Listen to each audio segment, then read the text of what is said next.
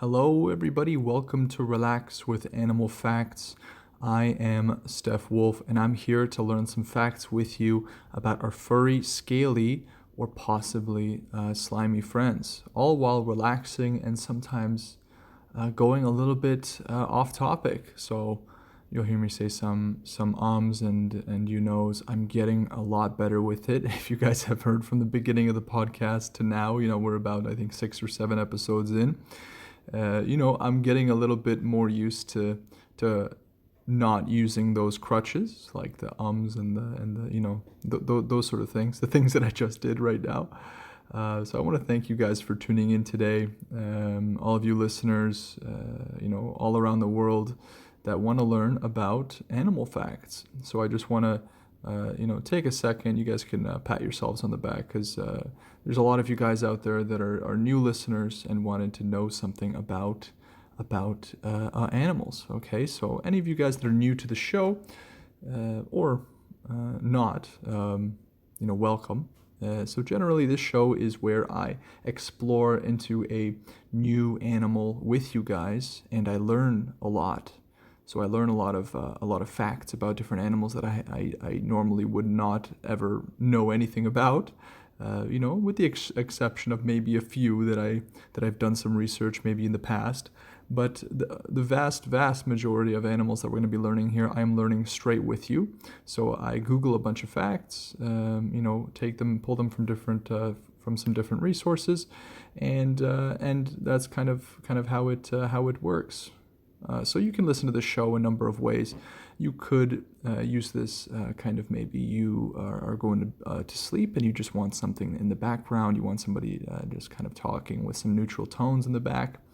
That's completely fine. If you want to maybe sit in a comfy chair, maybe lay down somewhere comfortable and just take a little deep breath and just listen to a guy just talk about animals. You can space in and out if you'd like, or you can focus attentively.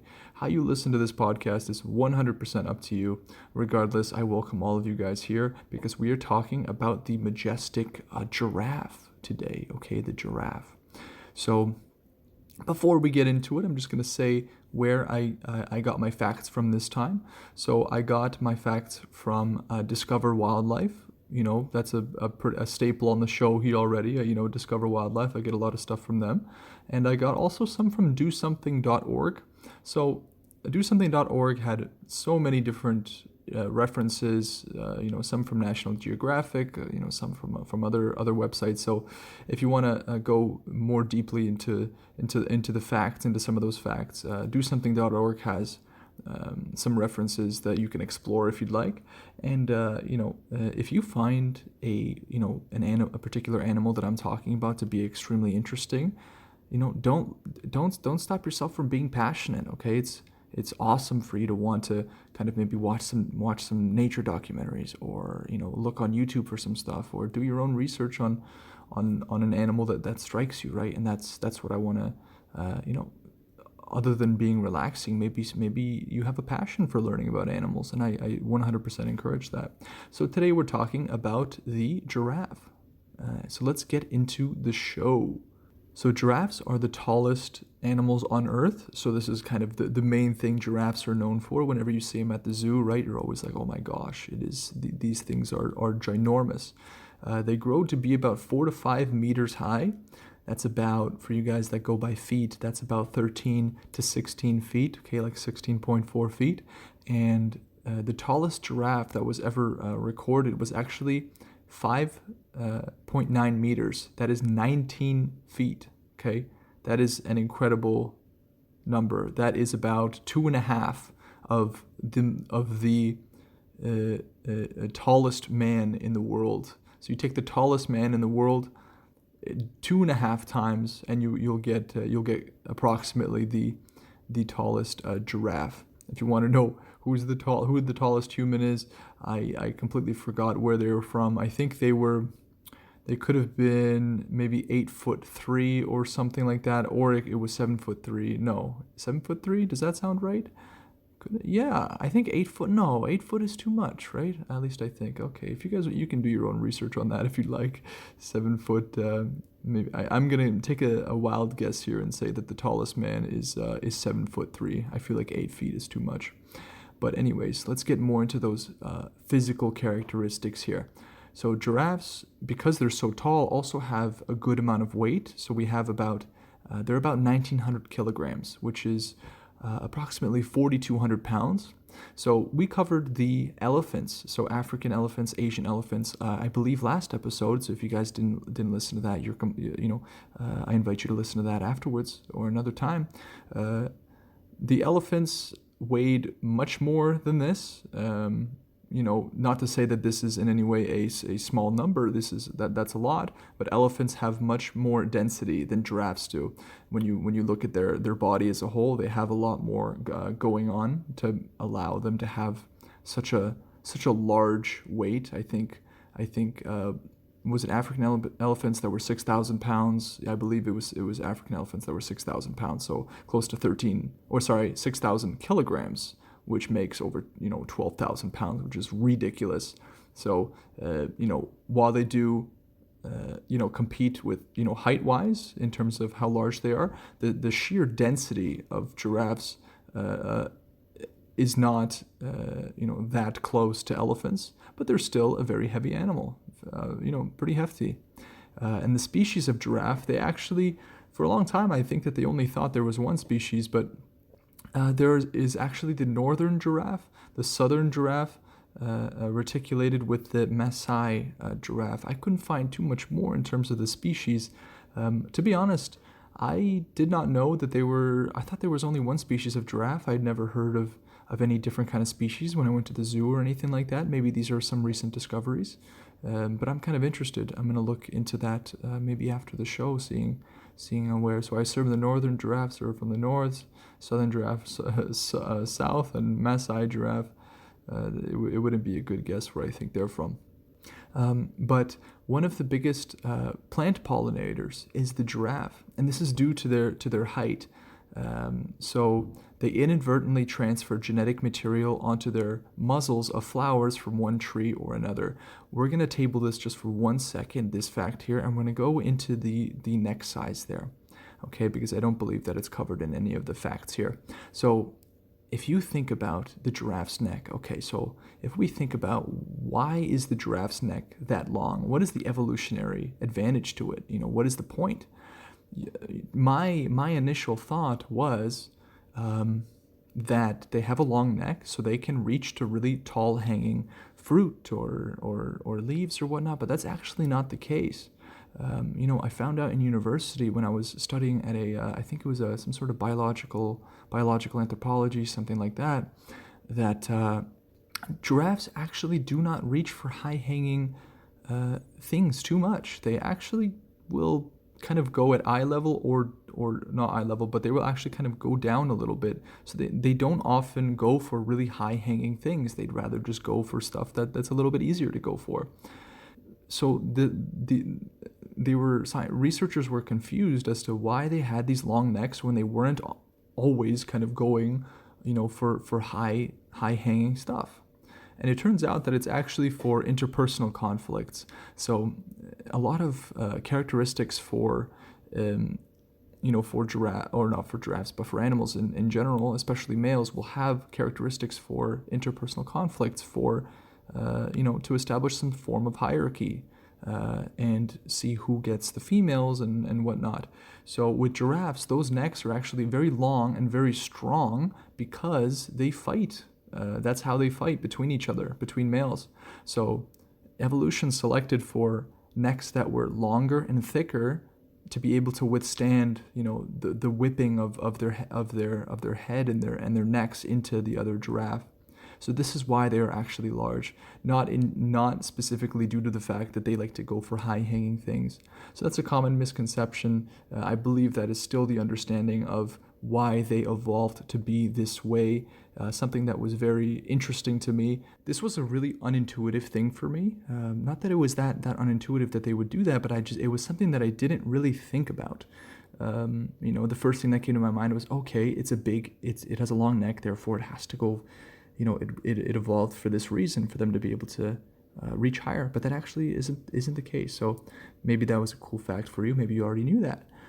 But we're talking about here that they're one of the biggest plant pollinators because of their height, and they transfer the genetic material from their muzzles from the flowers that are on one tree to another. So this is another example. We had this example with I believe it was gorillas, where they had this wonderful symbiotic relationship between the trees that produce fruits and different kind of things, different nutritional things for the animals. This is another example of that. So they're playing a role in pollination, and they're getting a reward of nourishment, right? So again, nature has this beautiful balance between plants and animals, and between animals and animals, and these kind of symbiotic relationships are amazing how nature works that way. Of course, there are not only symbiotic relationships. There's parasitic relationships. There's other ones, but we're not going to be talking too much about those, because this is more of a relaxing sort of podcast. But it's still interesting if you're in any kind of maybe biology class or anything like that. But let's move on. They can run actually as fast as 35 miles an hour over short distances. They can cruise at around 10 miles per hour over longer distances. So 35 miles an hour is incredibly quick.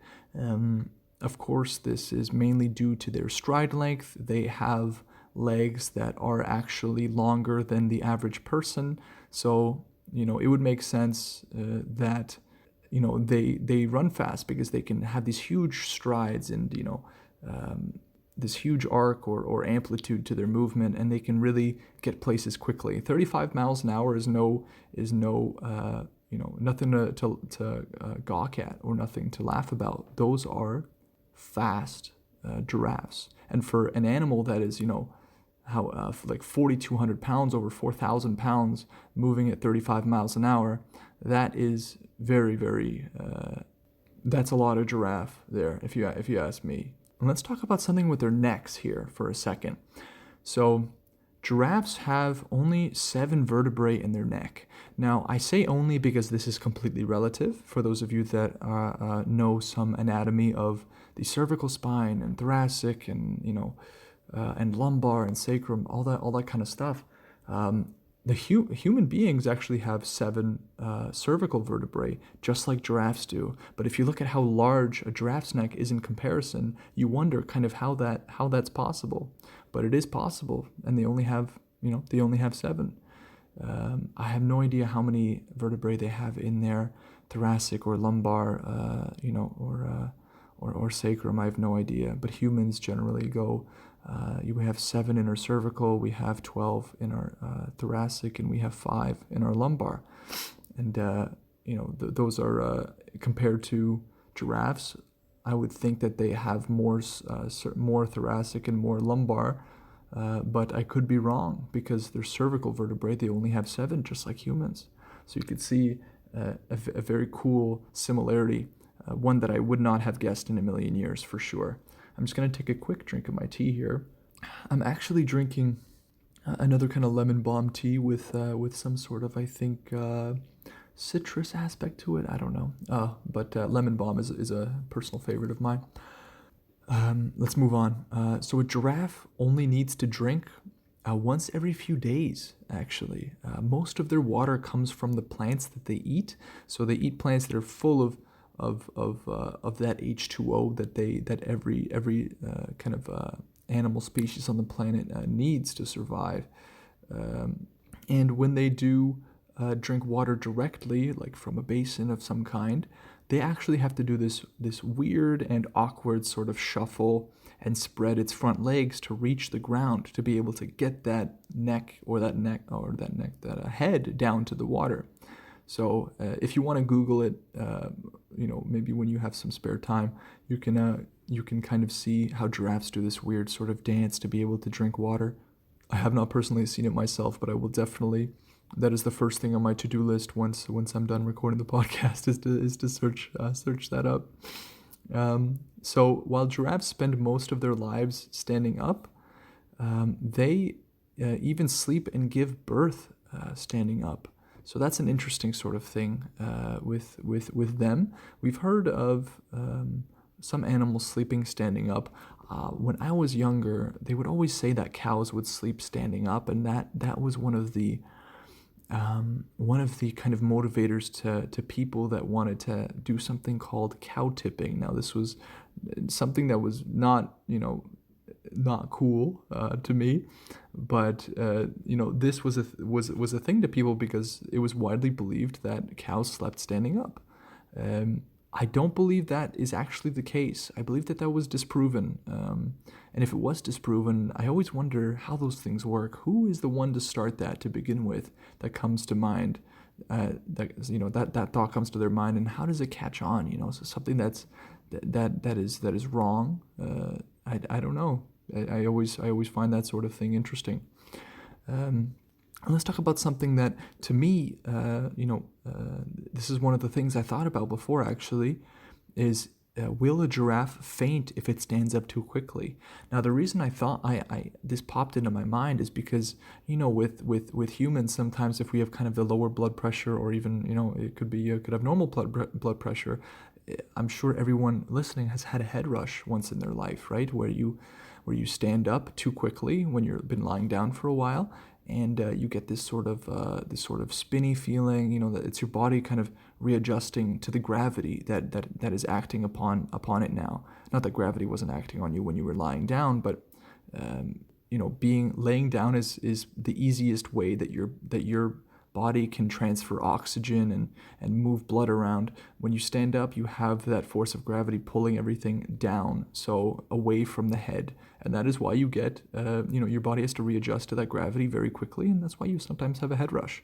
But with giraffes, because they can raise and lower their head up to 5 meters, so 5 meters is huge, it could possibly pass out if it weren't for this very special, very dense network of fine capillaries.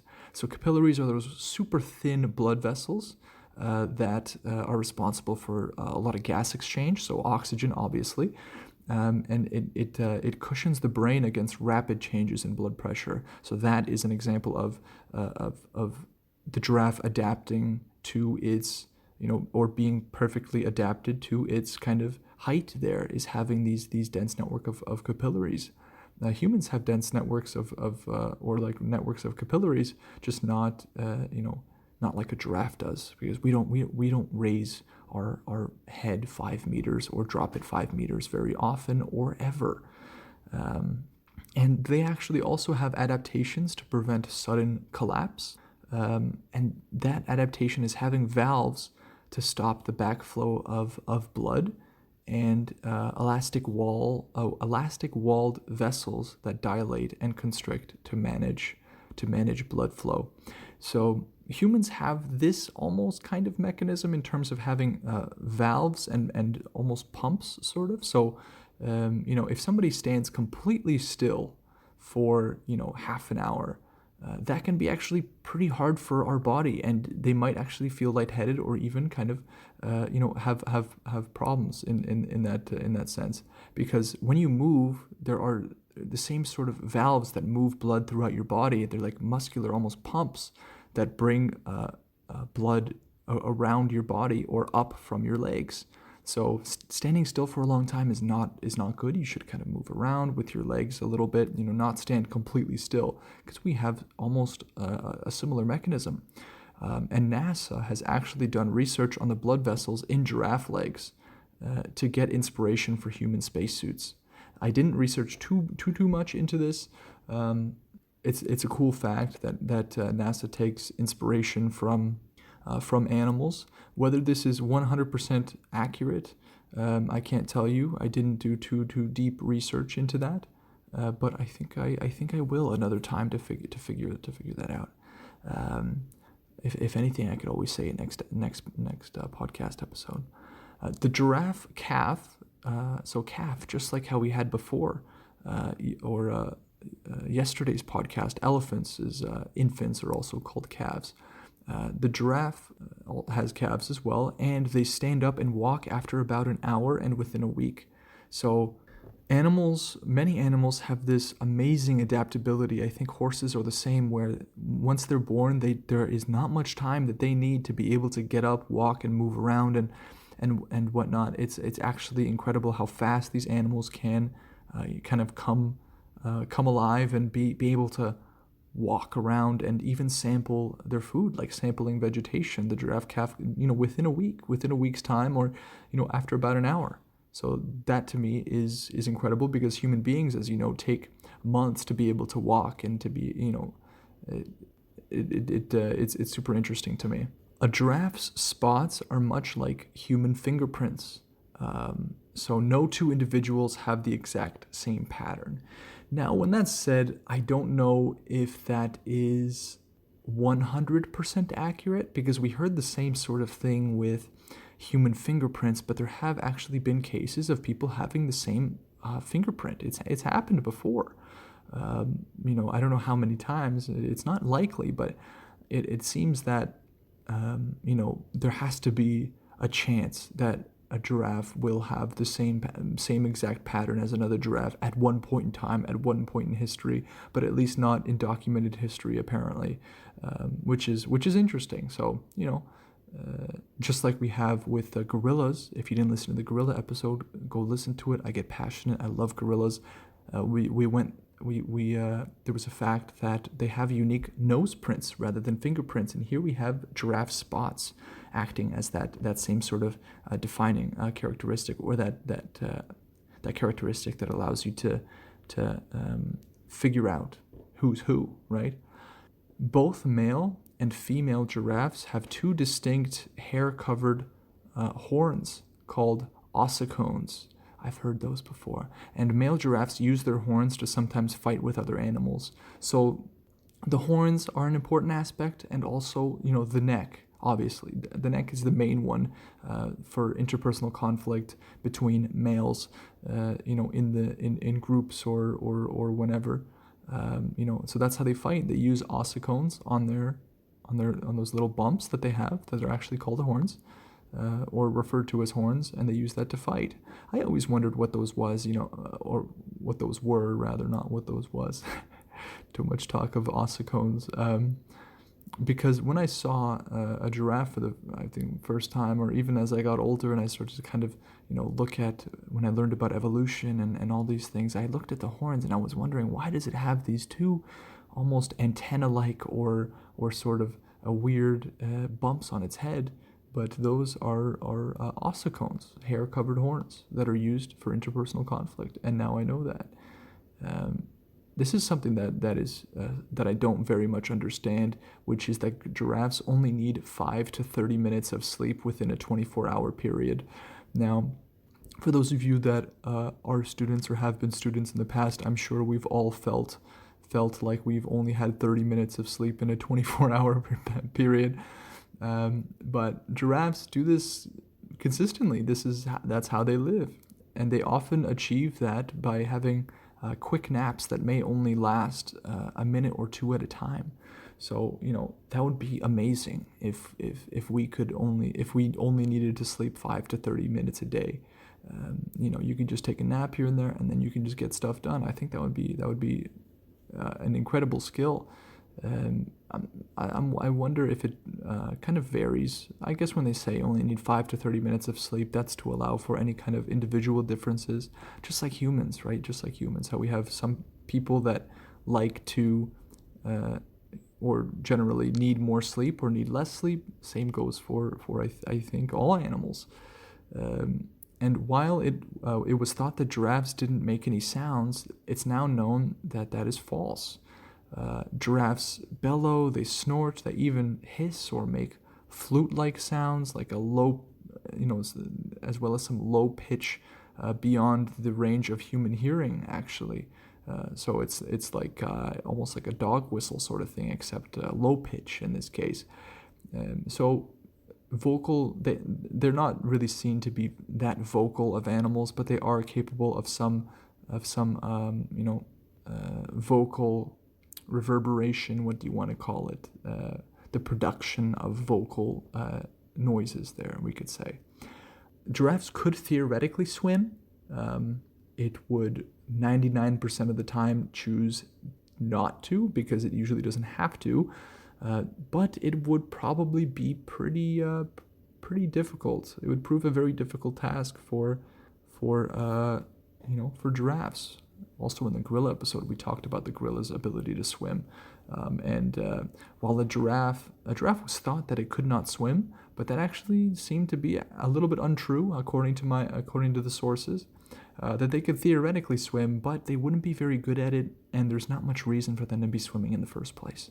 So, no swimming lessons for giraffes. The last kind of fact before we close up the podcast and get into the origin of the giraffe name. So giraffes are not endangered. They're actually listed as least concern. Very good. I like to focus on the positive aspects of conservation, in the fact that we have enough giraffes. Giraffes are doing well in the environment, which is awesome to hear.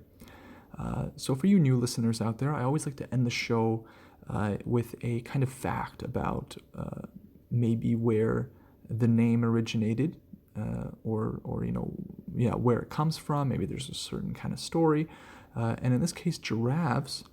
Here, I'm just going to read it. I'm going to read it verbatim here because I didn't memorize this part.